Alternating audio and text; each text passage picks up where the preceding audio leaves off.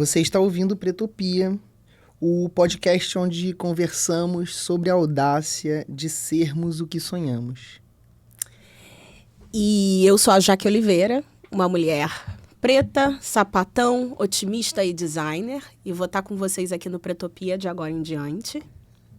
Eu sou o João Rafael, @afroliterato, o afroliterato nas redes. Sou um escritor, um corpo em movimento nessa caixinha que a gente costuma chamar de mundo.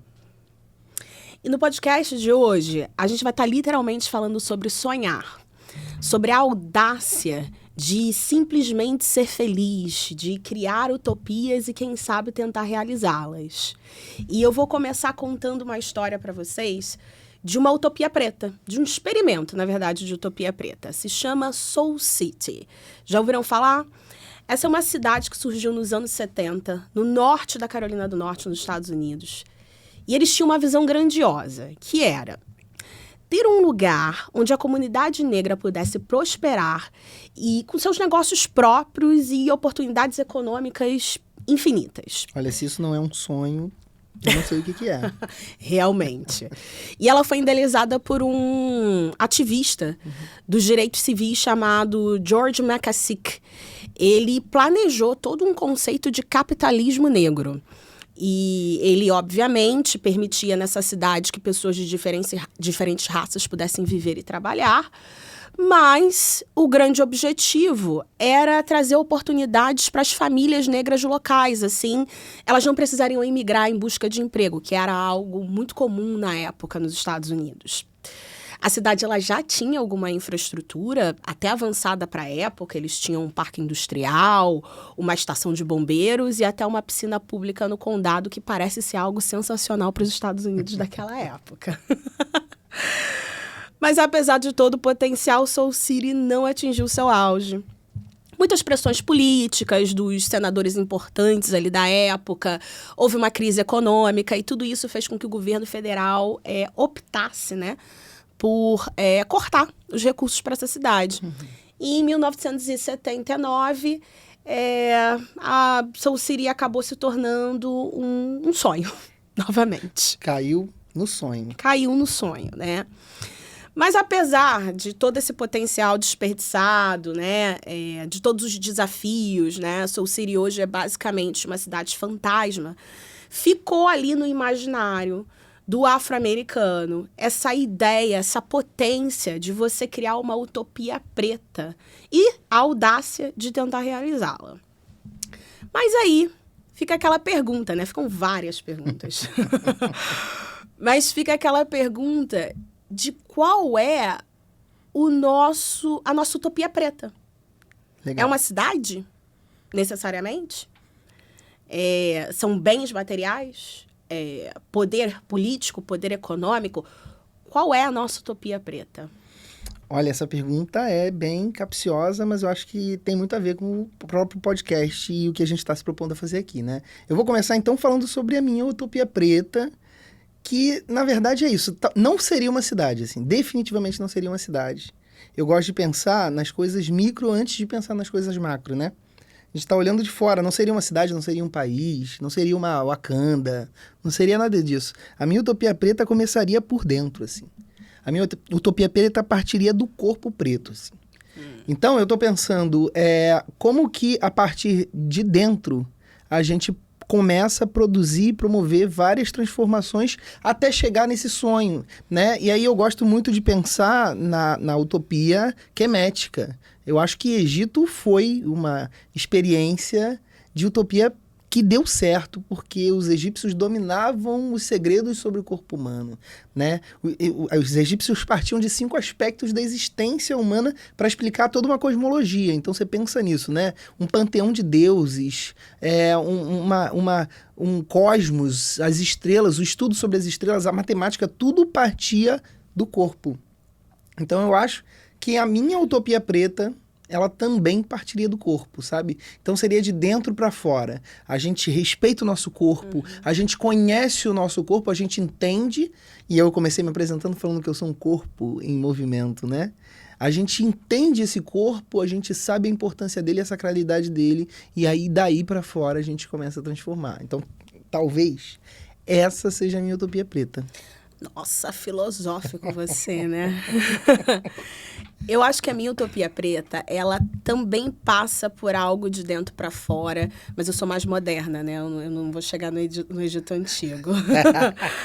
Eu, honestamente, assim, para mim, a minha utopia seria a gente criar uma forma de ser que fosse independente do sistema no qual a gente vive. Eu acho que o sistema capitalista, em especial, ele constrange muito a nossa habilidade de tomar decisões, o nosso querer, né? O nosso querer, ele fica preso no ter. E o ter dentro do capitalismo, ele é tão limitado, ele é tão limitado, que, na minha opinião, a gente tem sido impedido de sonhar. Uhum. Sabe? Porque a nossa bolha, ela vai ficando cada vez menor. Logo, os nossos sonhos, as nossas opções de sonhos vão sendo determinadas pra gente, né? Elas não são determinadas pela gente, alguém determina elas para a gente. E isso, pra mim, eu me sinto presa, às vezes. Eu me sinto presa no que ser preto significa, no que ser uma mulher sapatão significa, no que ser uma mulher significa, do que ser um ativista significa, do que ser uma profissional significa. Parece que todo mundo já decidiu pra mim o que é. Então, você tá falando de uma liberdade, né? Que não deixa de ser uma utopia. Acho que a gente parar para explicar essa liberdade, a gente também talvez não vá conseguir ser, mas eu gosto de pensar a partir dessas limitações que você traz, né? Que o sistema coloca na gente, né? A gente já nasce assim, né? A gente meio que já nasce sendo. O que talvez não deixe espaços nem para as nossas fragilidades, assim. Você falou, você é uma mulher lésbica, eu sou um homem preto. Cadê? Existe espaço nessa... Talvez a utopia seja justamente sobre isso, né? Sobre se permitir sem ser um corpo em luta constante. Né? Em luta, e sobre se permitir também ser frágil, sobre se permitir ser fútil, artisticamente livre... E é possível. Não, é por isso que é uma utopia. A gente está no Pretopia, gente.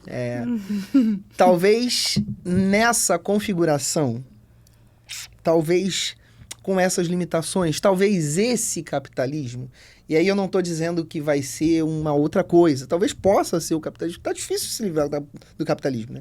O próprio capitalismo talvez tenha criado a sua própria utopia, que é permanecer sempre. Então, talvez dentro do próprio capitalismo a gente ainda, enfim, consiga encontrar uma outra coisa, né? Mas que, na minha opinião, como a minha utopia, que talvez venha de dentro para fora. E eu fico pensando, assim, nas diferentes expressões artísticas, né? E como no passado elas eram arte por arte, né?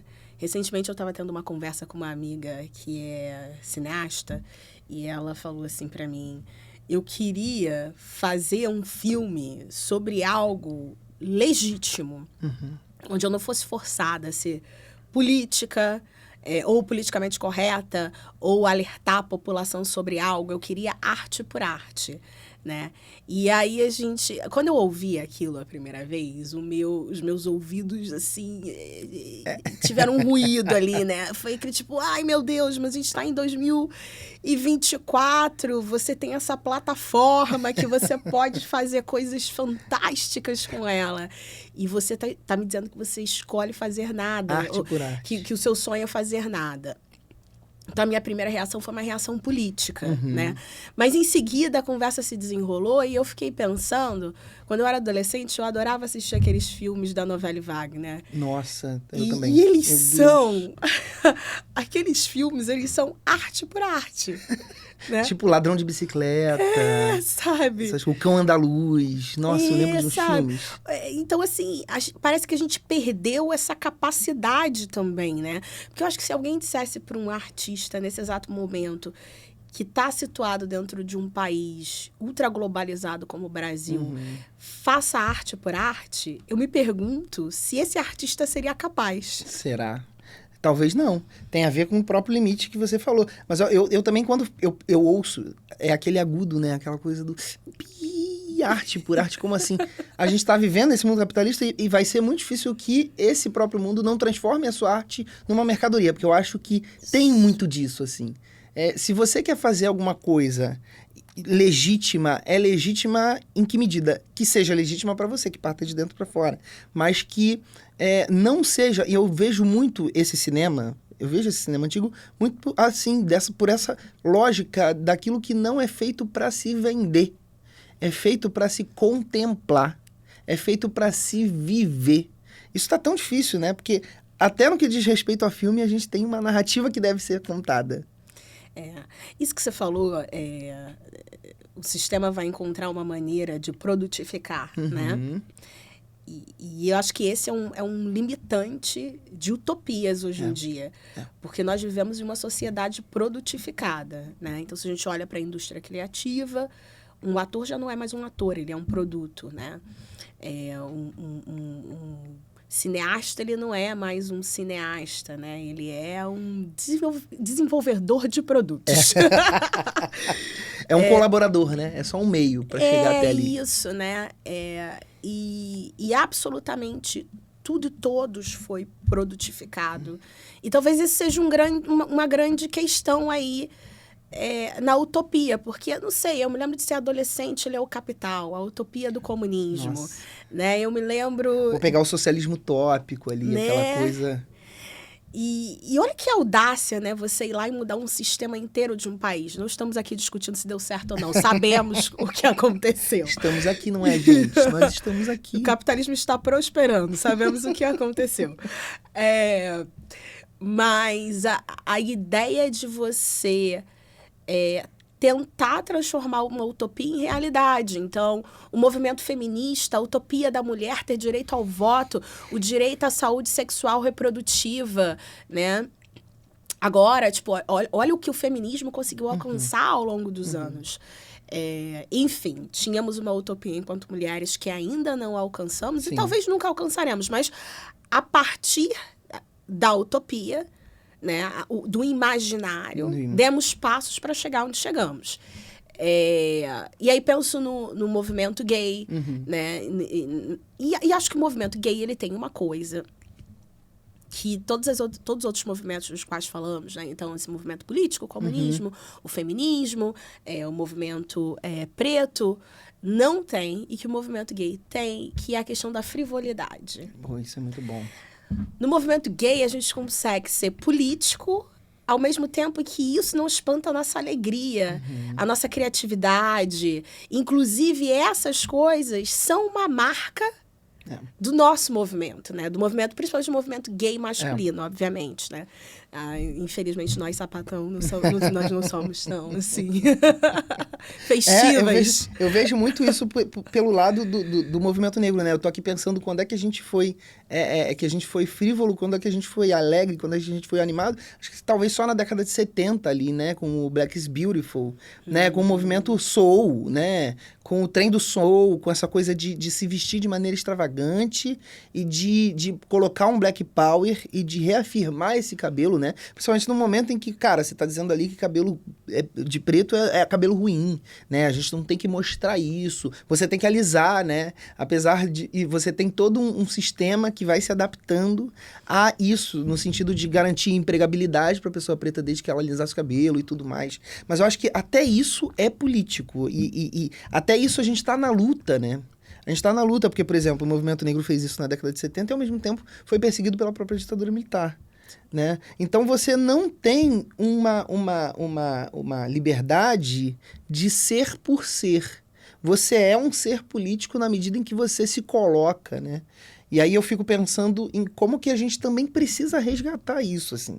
A gente precisa resgatar essa utopia dessa liberdade que nos permita também ser quem somos, né? Eu fico hoje vendo essas meninas, eu fico vendo Ludmilla, fico vendo Thaís Araújo, eu fico vendo a própria Beyoncé com 500 perucas, com laces, com mega hair. Eu acho isso incrível. Porque, olha essa imagem, né? Que é uma imagem, mas que não é uma imagem fixa, né? É uma imagem que vai se transformando. Cada vez que eu vejo a Ludmilla na televisão, ela tá com um cabelo diferente. E a gente tá começando a pensar nisso, né? A partir de agora. enfim, tô jogando aqui pra gente discutir mesmo. Talvez isso, né, que parta do corpo também, né, que parte do corpo, porque o cabelo é uma representação viva da pessoa. Pra gente foi luta, lá na década de 70, né, mas hoje ele tem sido louro, platinado, liso, ele tem sido trança, ele tem sido tudo isso ali, né, enquanto você tá cantando no palco pra galera, enquanto você tá fazendo a sua música, enquanto... E aí essa imagem que não é fixa, talvez seja essa representação aí, dessa utopia que a gente vai alcançando por ser, sei lá, partindo do cabelo. Tô imaginando aqui uma sala cheia de perucas, né? Você tem que ter um closet imenso para ter 500 lace mega hair, negócio de, né? Olha, de fato. É uma trabalheira. Não, mas você tá falando de algo que eu sempre vejo de maneira política, que é o cabelo, trazendo para algo que eu sempre tô colocando aí, que é essa liberdade da gente ser frívolo, né? Olha aí, você tá mudando a minha opinião aqui agora. Pretopia, gente. Alguns amigos irão me ligar depois para falar, você não disse nada sobre aquilo. Tô mudando de opinião, pessoal. Está acontecendo ao vivo. Está acontecendo ao vivo. Mas eu fico pensando que essa liberdade de ser alegre, a gente tem, sim, algumas resistências, mas elas são sufocadas, né? Eu acho que no contexto brasileiro, a nossa cultura, né? Então, a música... eu acho que o cinema não. Nosso cinema ele é sempre muito pesado, né? Mas na parte do áudio... Definitivamente, né, gente? Mas quando a gente fala sobre música, né? Então eu vejo o funk dessa forma. Eu acho que o axé também é um estilo musical. Talvez o primeiro deles que se propôs a ser 100% frívolo, né? Porque o samba sempre esteve conectado com a ancestralidade, sempre, né? Sempre. Resistência, resistência, resistência. Contando sobre a própria história. É a metalinguagem do samba. Né? Na luta mesmo, na luta por sobrevivência, sendo perseguido. Hoje é isso, eu concordo com você. Não diria axé, meus amigos baianos vão acabar comigo aqui, o pagodão baiano, talvez. Né? Acho que o pagodão baiano, o Léo Santana, né? O Márcio Vitor, a gente tem essa perspectiva daquilo que entra já trazendo a alegria. Eu gosto muito dos desafios do Léo Santana. Essa coisa do vem aqui pro palco. O palco é de vocês também, vocês vão cantar, vocês vão dançar, vocês vão arrasar, porque esse momento é de vocês. Cara, isso é incrível, é de uma interação que eu fico impressionado, assim. E ali eu vejo muita alegria, eu vejo um carnaval que não termina ali. Eu vejo um carnaval que não morre ali na quarta-feira de cinzas, né? Sim, porque ele empodera. Mas voltando até para esses diferentes elementos, né? Então a gente está falando aqui dessas utopias... Essas coisas que nasceram como utopias, a gente realizou vários elementos, né? Dentro do movimento feminista, até dentro do comunismo de Marx também, né? Gente, creches. Estão aí, né? O capitalismo não conseguiu destruí-las. Mas eu também vejo alguma resistência.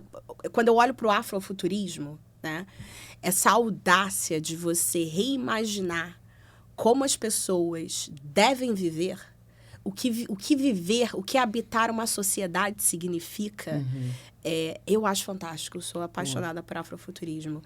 Eu fico fascinada todas as vezes que eu me deparo com alguns desses livros, porque, de fato, essas pessoas estão indo além. Elas estão realmente saindo da caixinha, né? Então, tem publicações sensacionais. Vou deixar depois para vocês como uma indicação.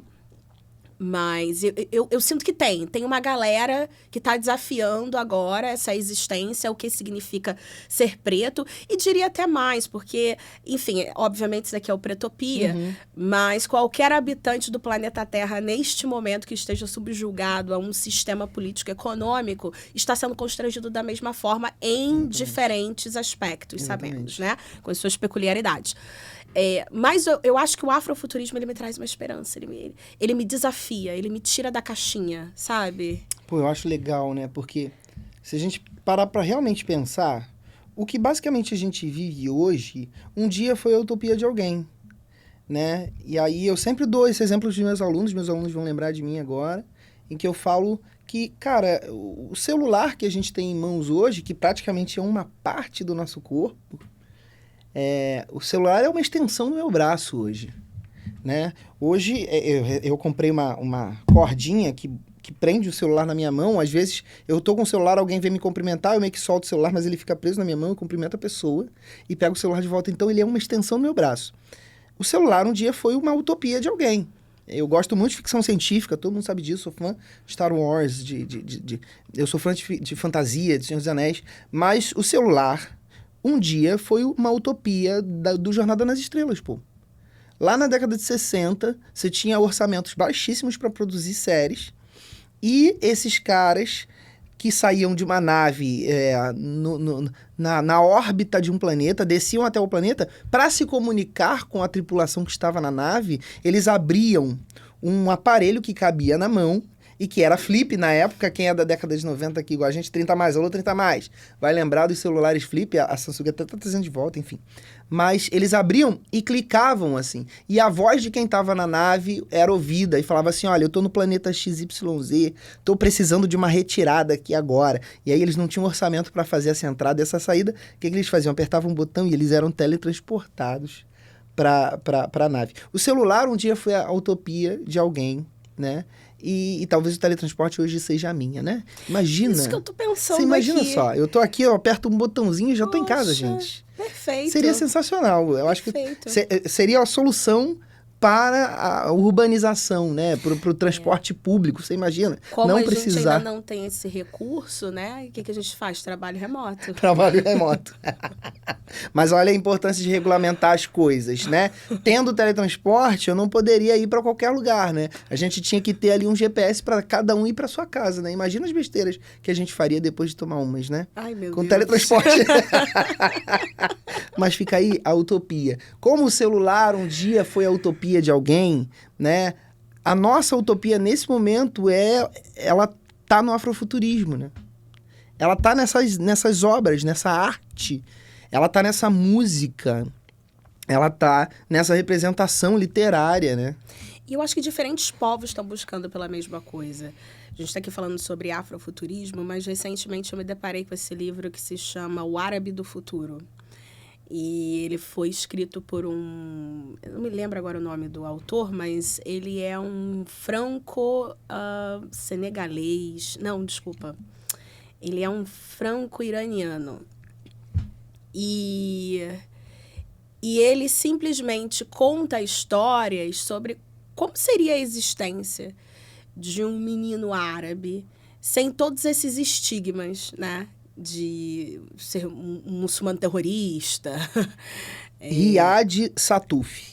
Aí, ó. Ele é maravilhoso. Pai sírio e mãe bretã.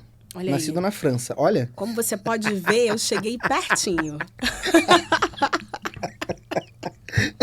Mas a ideia tá aí, gente. A ideia tá aí. Não deixa morrer, não. O Árabe do Futuro. O Árabe do Futuro. Recomendo. Ainda não vi nenhuma publicação assim similar do afrofuturismo, mas eu acho que o afrofuturismo também tem outras referências incríveis. Mas esse livro, ele ainda tá no básico, né? Assim, ele ainda não tá assim, Jornada das Estrelas. Ele ainda é sobre... Ele basicamente vem quebra estereótipos. E se eu pudesse ser árabe... e não ter que carregar todos esses estigmas numa sociedade exatamente como essa daqui que a gente está vivendo. Enfim, sensacional. Eu acho que o futurismo, de um modo geral, está voltando com potência, né? Então, a tendência, eu acho, é a gente sair um pouco da caixinha, experienciando novas formas de viver e de habitar, porque eu acho que esse mundo aqui já está pedindo para a gente ir embora, né? Então, ou a gente começa a reimaginar como viver, ou então a gente vai ser expulso daqui. Já estamos sendo, né? Já estamos sendo de uma forma ou de outra. Na verdade, o que está fazendo com que a gente saia, né? E acho que pela porta dos fundos, é justamente esse modo de produção capitalista. É justamente esse modo de produção. Daí a ideia, né, de que se não parte de dentro, eu acho que a gente não promove essa transformação, né? Eu acho que se não parte de dentro, se a gente... É óbvio que a gente vive dentro desse sistema, a gente tem essas limitações, mas, de fato, qual é a possibilidade que a gente tem de conhecer essas amarras, né, que nos carregam, que nos levam, né? Eu fico pensando que talvez essa utopia, ela seja sobre isso aí, e foi voltando para o início mesmo, foi o que você falou, é sobre ser livre, né? É sobre ser livre dessas mesmas amarras. Eu fico aqui questionando, inclusive você falou do afrofuturismo, eu estava pensando no Alê Santos, um salve pro Alê, o Savage Fiction. Ele está produzindo um afrofuturismo que parte de uma ancestralidade afrodiaspórica, né? Ele pega os itãs, os contos do candomblé e traduz para um afrofuturo. E aí ele pega os orixás e coloca os orixás robôs, né? Uma coisa tecnológica. Isso, cara, isso para mim explodiu a minha cabeça, assim. Todas as vezes que eu tenho contato com alguma coisa que o Ale escreve, explode a minha cabeça no sentido de pensar, cara, olha isso, né? A gente tem referência ancestral até nas nossas expressões religiosas, né? Até nas nossas expressões religiosas. E aí pegar uma referência do candomblé e transpor para pensar esse futuro possível, né? É de explodir, porque, engraçado, sempre que eu vejo um futurismo, pensando no futurismo, né? Enquanto produção também, enquanto filme, a gente quase nunca a gente aborda essa temática, né? A temática das religiões. É sempre um futuro meio Blade Runner, é uma coisa... A gente se descola do presente por completo. Exatamente. O eu robô é uma coisa completamente... Que é aquela coisa mais fria, né?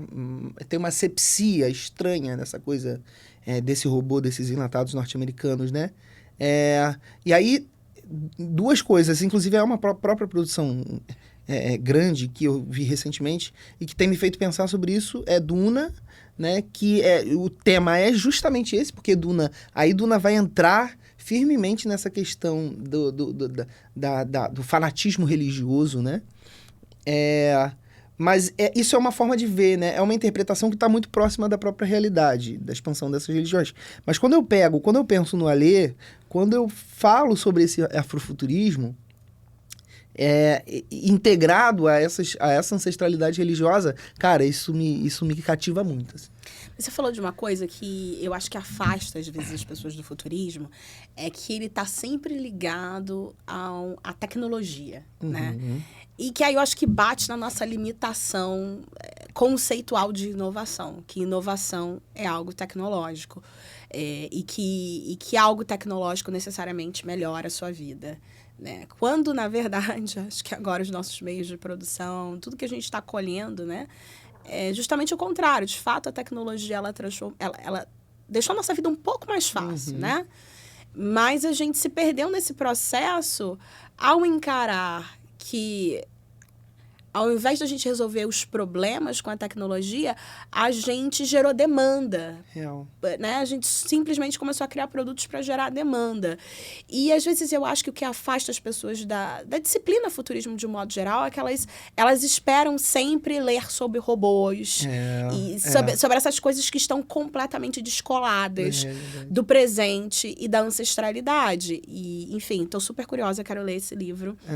Mas eu fico também pensando que existe todo ainda um lado a ser explorado, que é esse futurismo que pode realmente reimaginar como a gente pode viver nesse mundo, habitar esse planeta Terra, né? Mediante as condições atuais. Né? A gente está aí numa semana que São Paulo foi eleita a cidade mais poluída do mundo, né? O pior ar do mundo. E aí? O quanto que a utopia é importante para a gente nesse exato momento da nossa história, para chegarmos, então, a uma nova forma de viver, uma nova forma de habitar, a novos valores, né?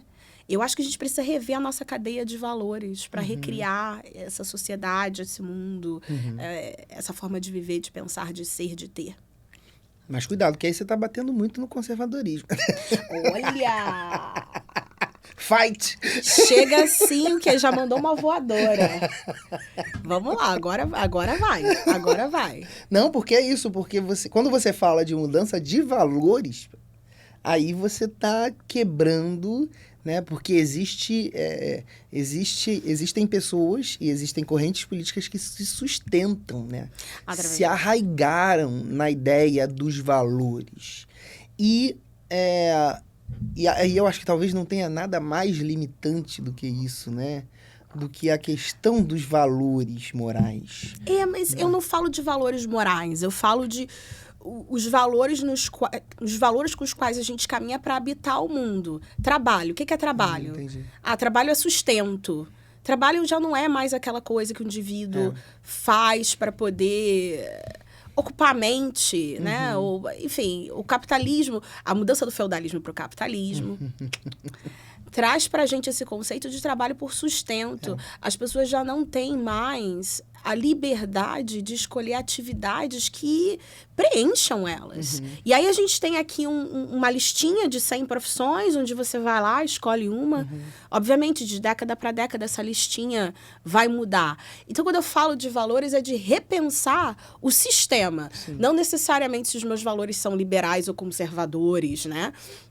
Mas em que sistema é esse no qual a gente está vivendo? A ideia de sistema. Boa. A ideia de democracia, de autocracia, de monarquia, tá funcionando? Eu acho que não. E aí, eu quando penso em utopia, que seja de fora para dentro e não de dentro para fora, o meu maior sonho seria explodir tudo isso, sabe? E recomeçar.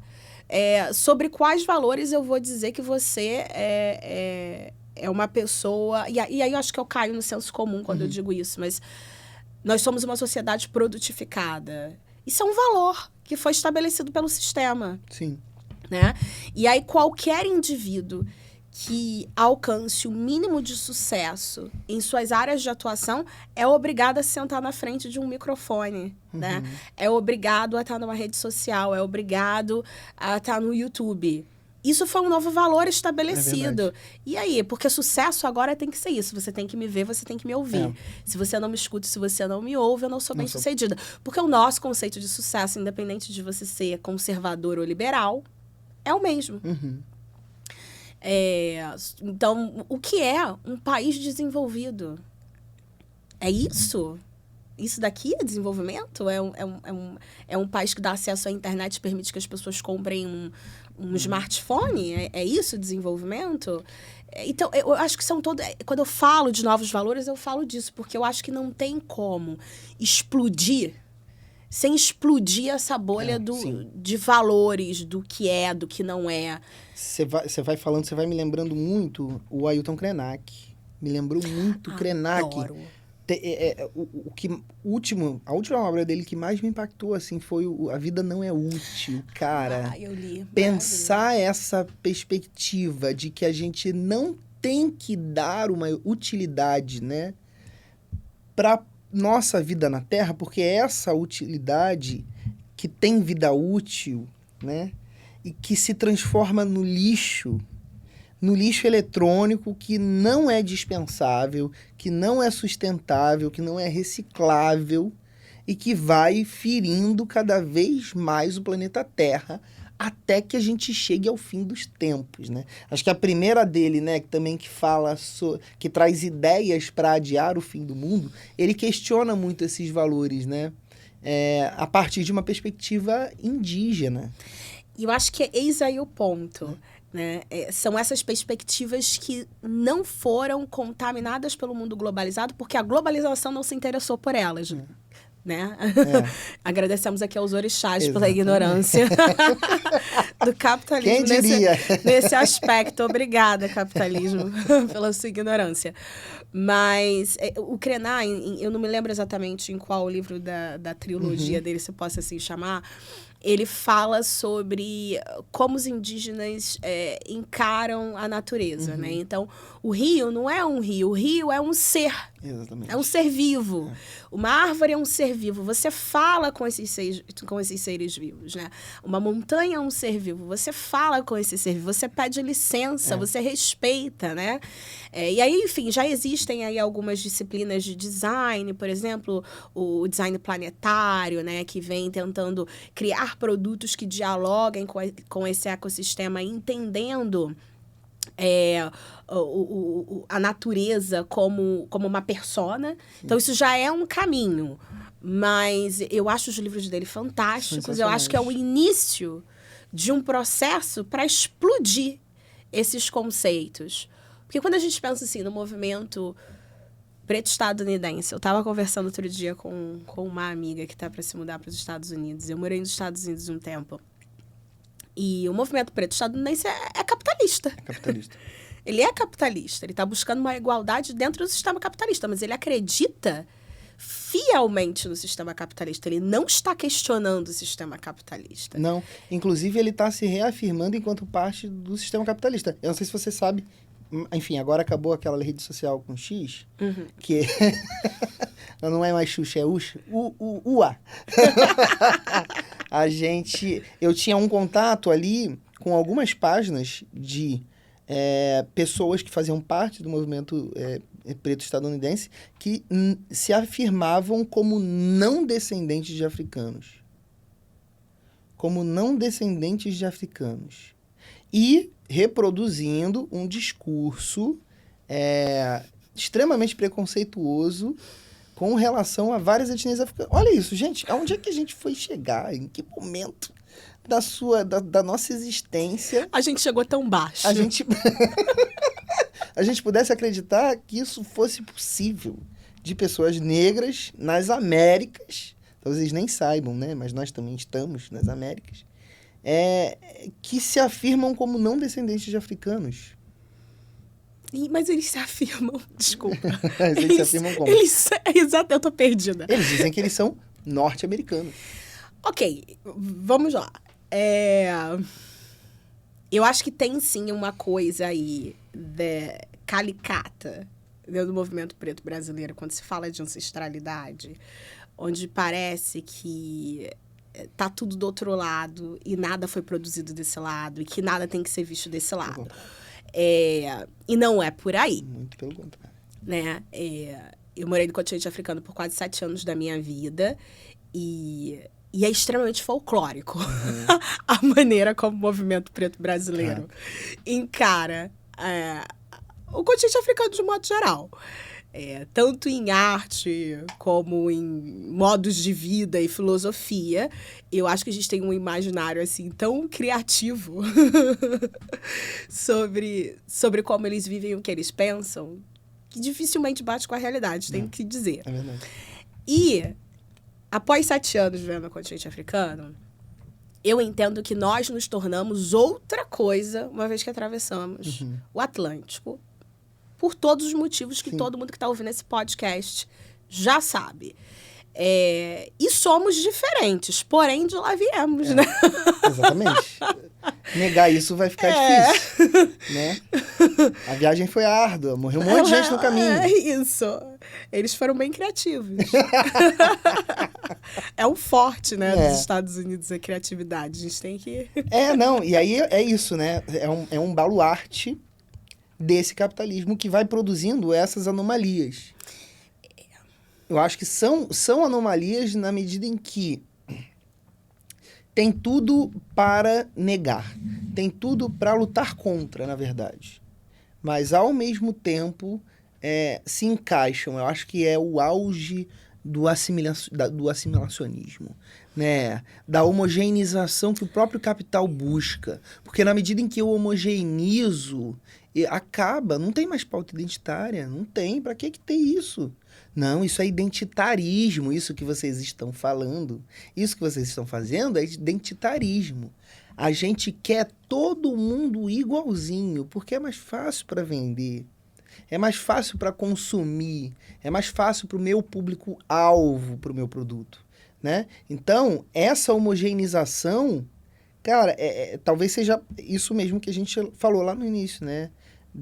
Que limita nossos corpos, né, que nos constrange, né? Essa homogeneização que pensa a gente enquanto produto, que nos transforma nessas anomalias, que na verdade são justamente aquilo que o capitalismo vai buscando, né? Que é deixar tudo igual. Deixar tudo igual. Passa tudo sob o rolo compressor da história. E aí a gente hoje afirma que nós somos todos brasileiros. No final de tudo isso, qual é a utopia? Eu acho que eu tô chegando à conclusão que talvez a utopia seja ter uma utopia. Então você que tá escutando a gente aqui agora, né?